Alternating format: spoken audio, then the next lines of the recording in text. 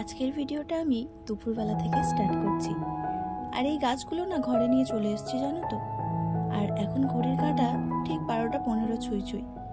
আর আমার ঘরের অবস্থা দেখো, ঘরের পিলিয়ারটা ভাঙা হয়েছে, যেহেতু খাট রাখতে অসুবিধা হতো আর এই জায়গাটা প্লাস্টার হবে বলে খাটটা গুছিয়ে রেখে দেওয়া হয়েছে, তাই ঘরের অবস্থা এলোমেলো হয়ে আছে।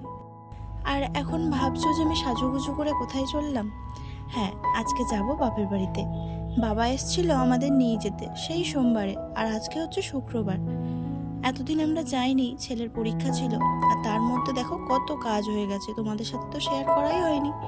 আর এই দেখো বাথরুমের দরজাটা লাগিয়েছি, আর বাথরুমের ভিতরটা কালকে মিস্ত্রি এসে এই কলগুলো লাগিয়ে দিয়েছে। যেহেতু বাথরুমের ওয়ালটা পুরোটাই সাদা, ওই জন্য সব কিছু প্লাস্টিকেরই লাগালাম। কেমন হয়েছে অবশ্যই কমেন্ট করে জানিও কিন্তু, ঠিক আছে? আর দেখো বাইরের পরিবেশটা কত সুন্দর লাগছে, তাই না? সব কিছু সবুজে ভরা। গ্রামের দিকে এই সবুজ দৃশ্যগুলো দেখলে মন ভরে যায়, তাই না বলো?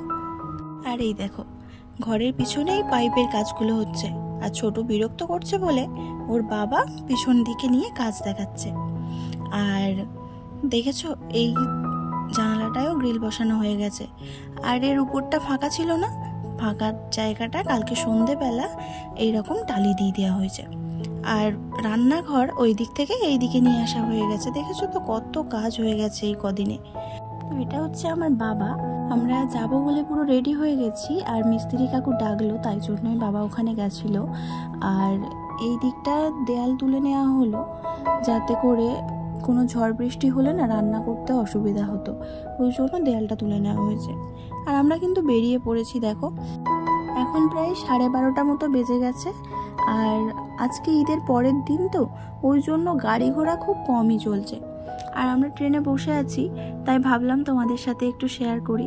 খুবই নার্ভাস লাগছিল, আর ছোটও বিরক্ত করছিল। অবশেষে ওকে একটু জানালার ধারে সিট পেয়ে বসিয়ে দিলাম, আর ওর দাদারও একটু গাছপালা দেখছিল।